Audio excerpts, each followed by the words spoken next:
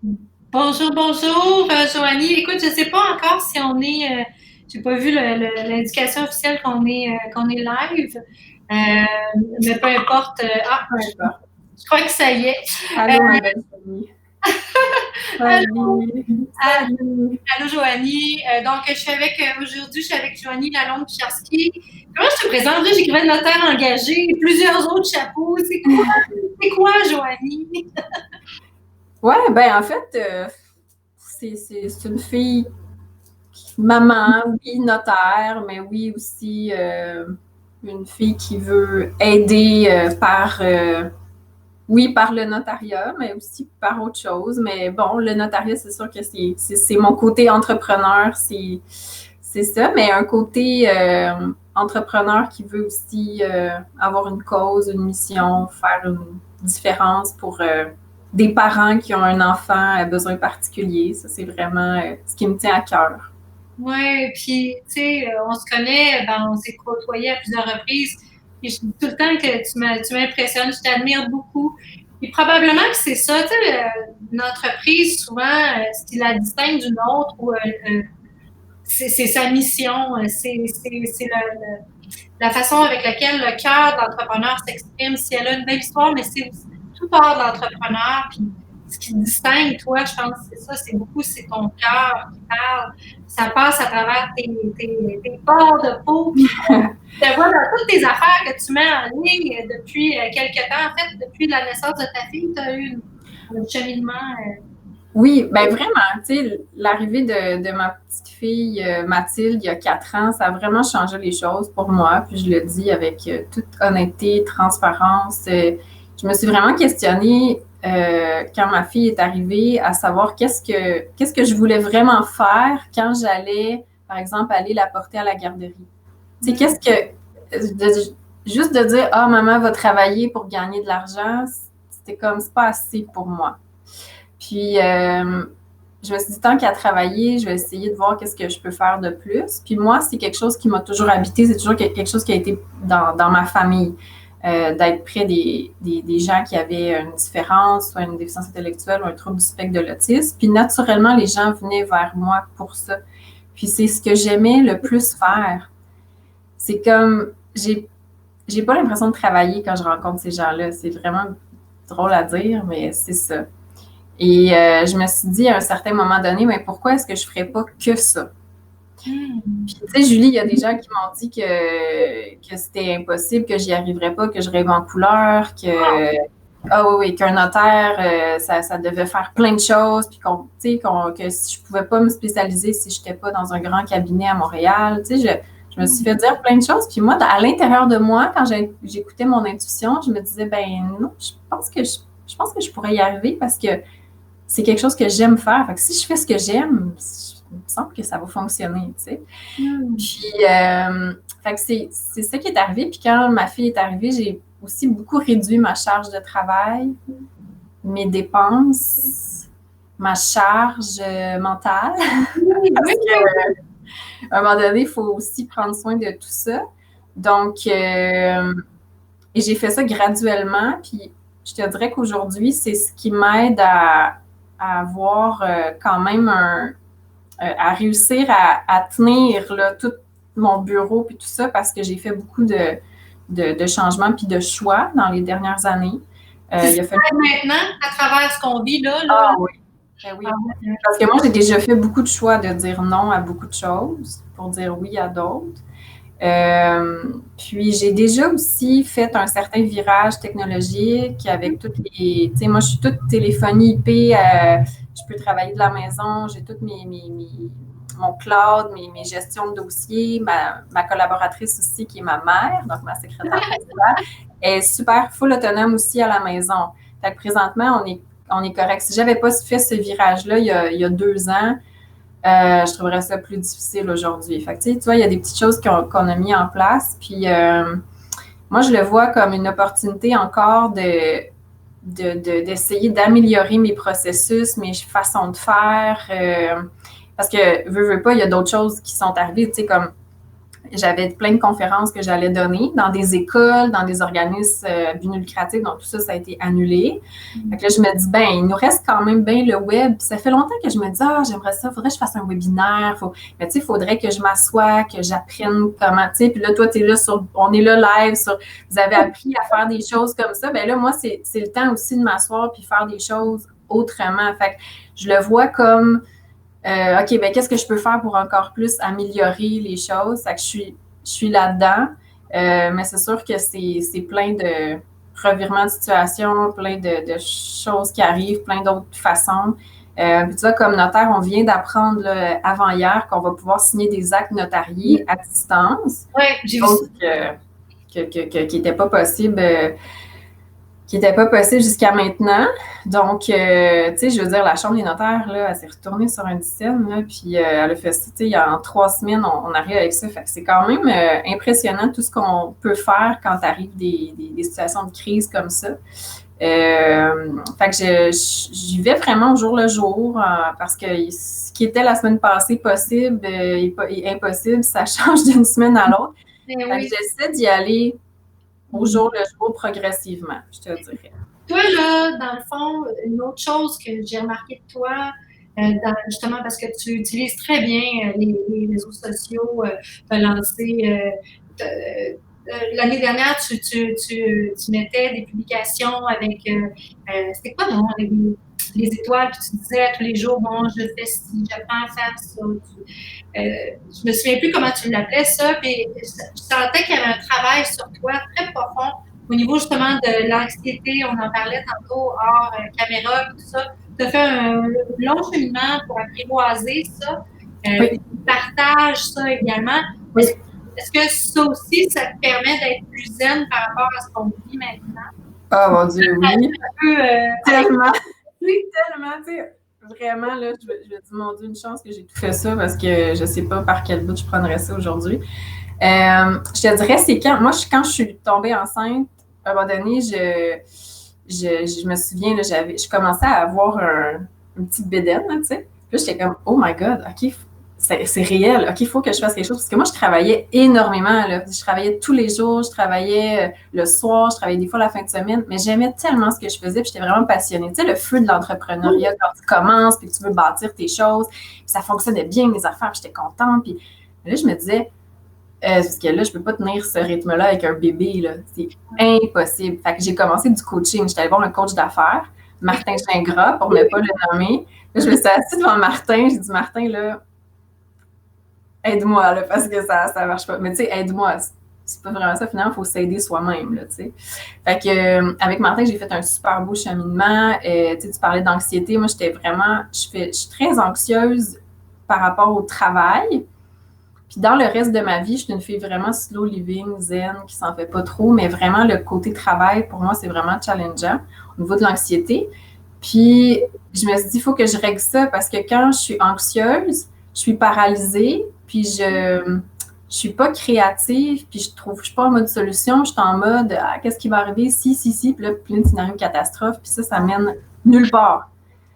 Ça mène nulle part, puis je faisais beaucoup d'insomnie, j'arrivais pas à dormir, là, comme vraiment, aujourd'hui, je dors super bien, mais parce que j'ai vraiment plein d'outils, là, tu sais, j'ai une routine de dodo, je fais de la méditation, je fais de l'hypnose, mais je fais pas ça parce que c'est à la mode, puis ça a donc je fais ça, ben j'ai besoin de ça. Si j'ai pas ça, ça marche pas, c'est vraiment, ça fait partie de ce qu'il faut que je fasse pour bien aller. Puis, ce qui m'aide aussi beaucoup, c'est de voir les choses en perspective. Tu sais, puis surtout ces temps-ci, puis, tu sais, des fois, je vois des messages passer sur les réseaux sociaux, des gens très, très réactifs à chaque petite chose qui arrive, sur des groupes, par exemple, de discussion. Puis là, j'ai arrêté, j'ai comme coupé ça parce que je me dis non, moi, je vais comme voir les choses. Parce qu'aujourd'hui, ce qui se passe, ça peut être autre chose demain. Fait que je vais prendre du recul, j'essaie de relativiser parce que sinon, si je suis trop dans l'urgence de chaque chose, ça marche pas, puis ça fait plein d'angoisse et tout ça. Fait que j'essaie vraiment de prendre la distance. J'ai déjà un agenda épuré depuis quelques années. Puis là, j'épure encore plus mon agenda pour vraiment me concentrer sur ce qui est important Au niveau de ma business, le reste de superflu, j'essaie de l'éliminer pour aller vraiment à l'essentiel puis de voir les choses en perspective. Ça, je te dis, ça m'aide vraiment beaucoup d'avoir fait ce cheminement-là. Ça, moi aussi, je pense que j'en ai besoin un petit peu. Tu parles, mais déjà, je t'écoute, je fais calme. Tu devrais faire des capsules pour calmer le pompon du monde, ça aiderait. Mais parlant de capsules et tout ça, puis d'aider du monde, j'ai vu aussi, tu vas dire, je te stalk, c'est pas ça, c'était dans mon fil, puis je trouve ça vraiment intéressant ce que tu fais, consoeur. C'est pas ça? Oui, écoute, ça, c'est un nouveau projet. Les consoeurs. Consoeur. Oui, les consoeurs. Parce que j'ai une consoeur avocate qui s'appelle Adèle Pilote. Et Adèle et moi, ça fait quelques temps qu'on se suit sur les réseaux sociaux, puis elle a une pratique qui est un petit peu hors du cadre. Moi aussi, on est toutes les deux mamans. Puis, on reçoit, elle et moi, beaucoup de messages, beaucoup de demandes d'autres professionnels. Ah, c'est quoi vos trucs, comment vous faites, ou des choses comme ça. Puis Adèle et moi, on s'est dit, ben, on pourrait se réunir, unir nos voix ensemble pour offrir quelque chose. Puis en fait, il y a déjà 3 semaines, ça a l'air de faire tellement longtemps, mais on avait une semaine assez chargée. On avait des conférences qu'on avait de prévues, un tournage. On donnait une conférence aux jeunes barreaux, puis tout a été annulé, évidemment. Puis nous, ce qu'on veut, en fait, c'est un petit peu réinventer la pratique professionnelle, dans notre cas juridique, à notre image, parce que les modèles qu'on a nous correspondent pas. Correspondent pas aux jeunes femmes, mamans, qui veulent faire plein de choses, qui veulent concilier leur vie de famille et de travail. Puis on a envie de se questionner là-dessus. Pas qu'on a toutes les réponses, loin de là, mais nous, on chemine beaucoup dans ce sens-là. Et c'est quelque chose qu'on veut partager puis offrir à d'autres juristes aussi ou jeunes professionnels qui se posent ces questions-là. Et ouais, fait qu'on chemine là-dedans, puis toute cette situation-là, ça nous amène à encore plus pousser notre réflexion profondément. Puis, on a des projets ensemble. Là, il y a quelques petites choses qui sont sur la glace, mais c'est correct parce que ça fait partie de... Bon, il y a plein de gens qui ont plein de choses sur la glace de toute façon ces temps-ci. Mais on continue à juste partager. Puis, tu vois, on enregistre quelques podcasts dans les prochaines semaines avec on a eu des invitations. On a même eu une invitation de la France parce qu'en France, c'est très hiérarchisé encore. Et nous, on n'a pas le goût d'être hiérarchique, on a juste le goût d'être au service, puis même si on a des titres, pour nous, on se définit pas vraiment par notre titre. On trouve que c'est plus un moyen de servir que de... En tout cas, ça ressemble à ça. Je trouve ça vraiment...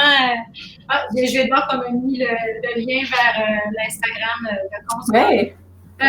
En terminant, parce que ça passe très vite le temps en ta compagnie, mais j'aimerais voir avec toi, est-ce que, à la lumière de ce qu'on vit, si on se projette là, dans quelques mois, est-ce que l'expérience qu'on vit tout le monde ensemble, tu vois que ça va nous avoir fait évoluer, puis de quelle façon, toi, ça te fait comment tu entrevois tout ça? Il y a comme deux côtés à cette question-là parce que il y a des gens pour qui présentement c'est vraiment difficile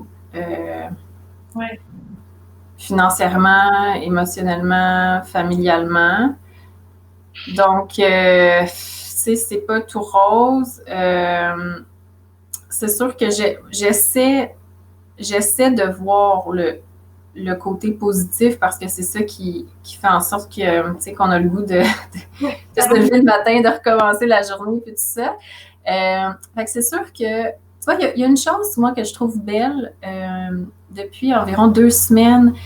Je trouve que les gens, même avec mes collègues avocats, notaires, mes clients, on se pose la question, comment ça va? Comment va la famille? Puis là, on parle un peu, puis je trouve qu'il y a une connexion humaine qui est là, qui est présente. Puis ça, je trouve que c'est ça qui est à la base de ce qui fait qu'on est humain. Il y a des gestes de solidarité qui sont posés, il y a des gens créatifs, il y a des gens qui innovent.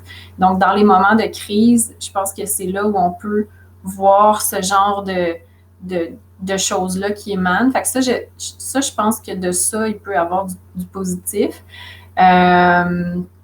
Mais c'est sûr que je ne peux pas m'empêcher d'avoir une pensée pour tous les organismes à but non lucratif qui étaient en pleine campagne de financement ce printemps, des soupers bénéfices, des plein de choses, puis que là, tout est à l'eau.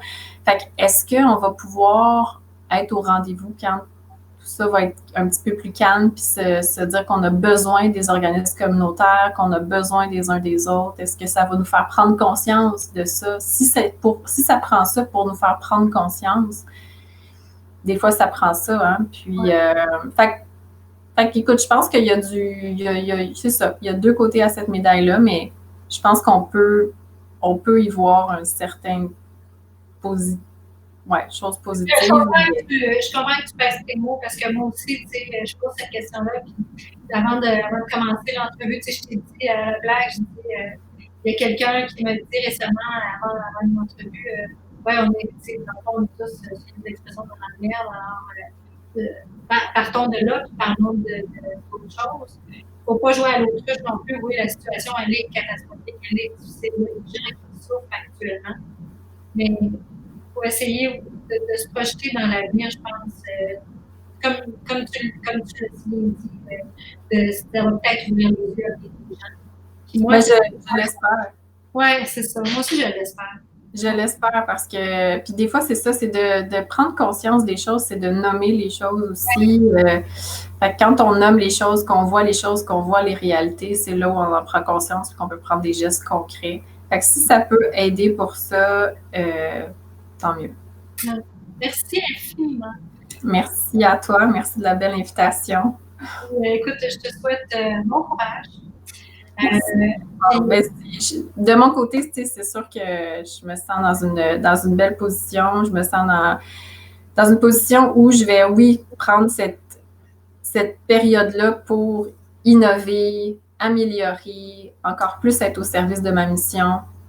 C'est de voir ce gaz-là là, qui me pousse. C'est plus ça que je vois. Puis des super beaux moments aussi, évidemment, en famille. Nous autres, c'est le fun. J'ai jamais été autant avec mon chum que présentement. Puis ma petite fille. Puis, on fait du sport ensemble. Puis on prend soin les uns des autres. Fait qu'il y a du beau aussi là-dedans. Là. Merci beaucoup. Ça fait plaisir. Merci à toi, Julie.